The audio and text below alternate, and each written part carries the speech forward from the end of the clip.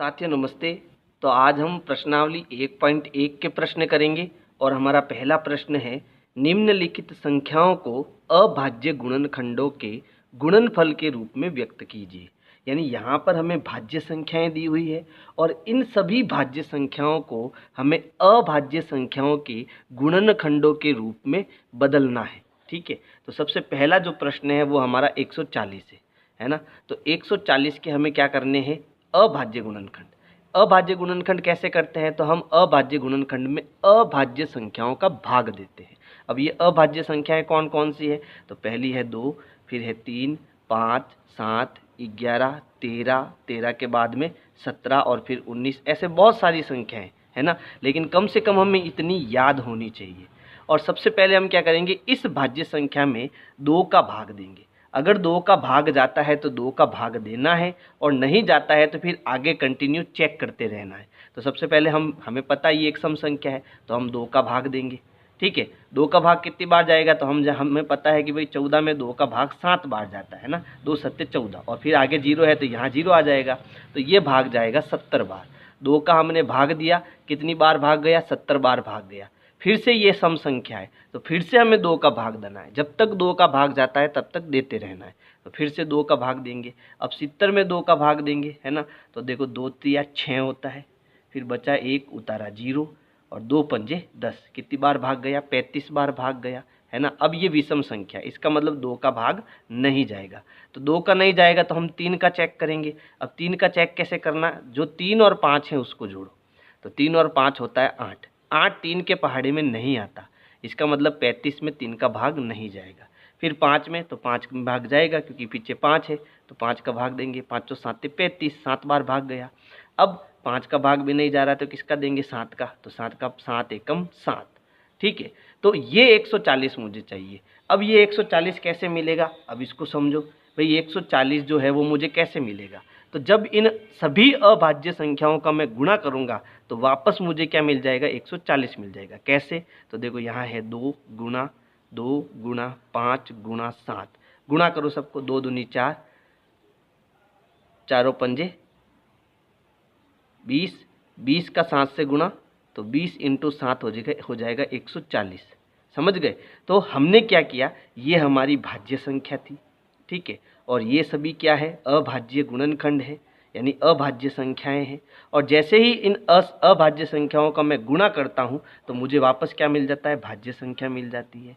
तो मैंने क्या किया, मैंने भाज्य को अभाज्य में बदल दिया, और यही हमें प्रश्न कह रहा है।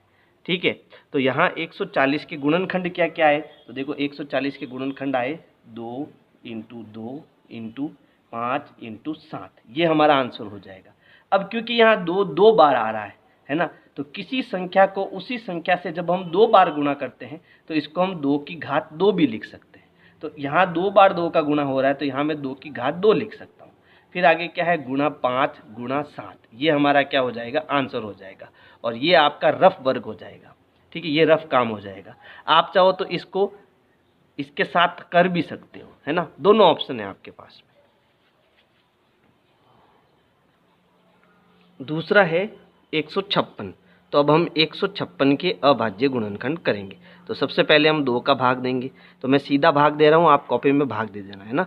2 सत्ते 14 होगा, हासिल का 1 बचेगा, 2 अट्टे 16 होगा, कितनी बार भाग जाएगा, 78 बार। फिर 2 का भाग देंगे, तो 2 त्रिया 6 होता है ना, 7 में से 6 गया, बचा 1, तो 2 9 18। अब देखो 2 का भाग नहीं जा रहा है, अब इसमें 3 का भाग जा रहा है, क्योंकि दोनों को जोड़ने पर होता है 12, और 12 3 के पहाड़े में आता है, इसलिए 3 का भाग जाएगा। तो 3 एकम 3, और यहाँ आ जाएगा 3 त्रिया 9। अब 13 खुद एक अभाज्य संख्या है, तो 13 में 13 का ही भाग जाएगा, 13 एकम 13। तो यहाँ पर 156 के अभाज्य गुणनखंड क्या हो गए, तो हमारा आंसर हो जाएगा 2 गुणा 2 गुणा 3 गुणा 13। और यहाँ पर 2 2 बार आ रहा है तो इसको हम 2 की घात 2 गुणा 3 गुणा 13 भी लिख सकते हैं। ये हमारा क्या हो जाएगा, आंसर हो जाएगा। फिर है 3825। तो अब हम 3825 के अभाज्य गुणनखंड करेंगे। तो देखो ये एक विषम संख्या है, इसका मतलब 2 का भाग तो नहीं जाएगा। अब हम 3 का चेक करेंगे, 3 का भाग जाएगा या नहीं जाएगा। तो 3 और 8 होता है 11, 11 और 2 होता है 13, 13 और 5 होता है 18, 18 3 के पहाड़ी में आता है, इसलिए 3 का भाग जाएगा। तो चलो भाग देते हैं। 3 एकम 3 बचा 0, 3 दूनी 6 हासिल के बचे 2, 7 त्रिया 21 हासिल का बचा 1 और तीनों पंजे 15। फिर इसमें देखो जोड़ के देखो 3 का भाग जा रहा है क्या, 1 2 3, 3 और 7 10, 10 और 5 15, 15 में 3 का भाग जाता है। चलो ठीक है। तो अब देखो 1 में तो भाग जाएगा नहीं, तो हम 12 में भाग देंगे, तो 3 चौक हो जाएगा 12 हासिल के बचेंगे 0, 3 दूनी 6 होता है हासिल का बचेगा 1, तीनों पंजे 15। फिर हम चेक करेंगे 3 का, तो 5 और 2 7, 7 और 4 होता है 11। तो अब 3 का भाग नहीं जाएगा, तो 3 का भाग नहीं जाएगा तो किसका देंगे, 5 का, क्योंकि पीछे 5 है। तो देखो 4 में भाग नहीं जाएगा, हम 42 लेंगे। तो 8 पंजे 40 होता है, 8 बार भाग गया, पीछे बचे 2 और 5 25, फिर 5 है पीछे तो 5 का भाग देंगे।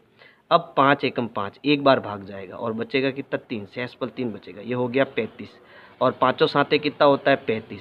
अब 17 खुद एक अभाज्य संख्या है ना, तो यहाँ 17 में 17 का भाग जाएगा। ठीक है, तो इसके जो अभाज्य गुणनखंड है वो क्या क्या मिले हमको मिले 3 गुणा 3 गुणा 5 गुणा 5 गुणा 17। ठीक है, और यहाँ 3 2 बार आ रहा है, तो इसको हम लिखेंगे 3 की घात 2 गुणा 5, 5 भी 2 बार आ रहा है तो 5 की घात 2 गुणा 17। ये इसका क्या हो जाएगा, आंसर हो जाएगा। फिर देखो कितना है 5005, तो 5005 में सीधा किसका भाग जाएगा, 5 का, क्योंकि देखो ये विषम संख्या है, 5 और 5 को जोड़ने पर 10 होता है, 10 3 के पहाड़े में नहीं आता, तो 5 का भाग देंगे, तो ये हो गया 5 एकम 5, फिर 0 5 एकम 5। अब देखो यहाँ है 1001, तो 1001 में देखो 5 का भाग तो जाएगा नहीं, तो अब हमें 7 का चेक करना है कि 7 का भाग जाता है या नहीं जाता, क्योंकि अभाज्य संख्या क्या है, 2 3 5 7 11 फिर 13 फिर उसके बाद 17 और 19, तो इन सब का हमें चेक करना है। तो 5 का नहीं जाता तो अब किसका चेक करेंगे, 7 का।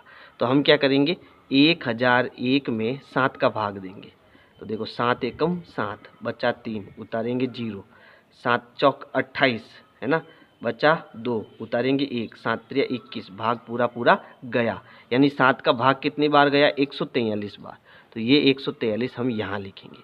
अब देखो 7 का भाग जा रहा है क्या, अब 7 का भाग आगे नहीं जा रहा है, तो 7 का नहीं जा रहा है तो हम किसका चेक करेंगे, 11 का।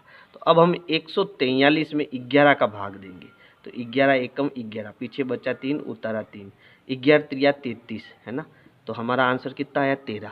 तो 7 का 11 का जब हम भाग देंगे, किसका, 11 का, तो 11 का भाग देने पर भाग कितनी बार जाएगा, 13 बार, और 13 खुद क्या है, एक अभाज्य संख्या है, 13 एकम 13। तो जब हमने इसको सॉल्व किया तो हमें क्या आंसर मिला, देखो हमें आंसर मिला, इसके अभाज्य गुणनखंड मिले 5 गुणा 7 गुणा 11 गुणा 13, ये हमारा क्या हो जाएगा, आंसर हो जाएगा। अब कोई भी घात वाला नहीं है तो ये हमारा फाइनल आंसर है। ठीक है, अब देखो अंतिम क्वेश्चन, अंतिम क्वेश्चन में हमारे पास संख्या है 7429, तो ये एक विषम संख्या है तो 2 का भाग नहीं जाएगा। 3 का हम चेक करेंगे, तो देखो 9 और 2 होते हैं 11, 11 और 4 होता है 15, 15 में 7 जोड़ो तो 15 और 7 होते हैं आपके 22 है ना, और 22 3 के पहाड़े में नहीं आता है, इसलिए इसमें 3 का भाग भी नहीं जाएगा। तो अब हम 5 का भी नहीं जाएगा क्योंकि पीछे 9 है, तो अब सीधा 7 से चेक करेंगे इसको कि 7 का भाग जाएगा या नहीं जाएगा। मेरे ख्याल से 7 का भाग भी नहीं जाएगा, 7 का भी नहीं जाएगा, 11 का भी नहीं जाएगा, 13 भी नहीं जाएगा, सीधा किसका भाग जाएगा, 17 का। तो चलो हम 17 का भाग देते हैं 7429 में। ठीक है, सीधा किसका भाग दे रहा हूँ मैं, 17 का। तो देखो 17 में अगर 17 चौके में 4 बार भाड़ा बोलता हूँ तो 17 चौके होता है 68 है ना, फिर 14 में से 8 गए, कितने बचे 6, अगली संख्या उतारेंगे 2, 17 तिया होता है 51। ठीक है, 2 में से 1 गया, 6 में से 5 गया 1, अगली संख्या उतारेंगे 9, और 17 साते 119 होता है ना, तो भाग कितनी बार गया, 437 बार। तो ये भाग हमारा गया है 437 बार। ठीक है, अब हम आगे भाग देंगे, तो आगे भाग देंगे तो अब भाग जाएगा 19 का। अब चेक करना है ना, मैंने चेक कर लिया है पहले से, 437 का भाग देंगे 19 में, तो देखो 19 त्रिया कितना होता है 57, तो 57 तो ज़्यादा हो जाएंगे, तो अब हम भाग देंगे 2 बार 19 दूनी 38। फिर 13 में से 8 गए, कितने बचे? 5, संख्या उतारेंगे 7, और 19 त्रिया कितना होता है? 57 होता है। ठीक है, तो भाग कितनी बार गया? 23 बार। और 23 खुद क्या है? एक अभाज्य संख्या, तो 23 एकम 23।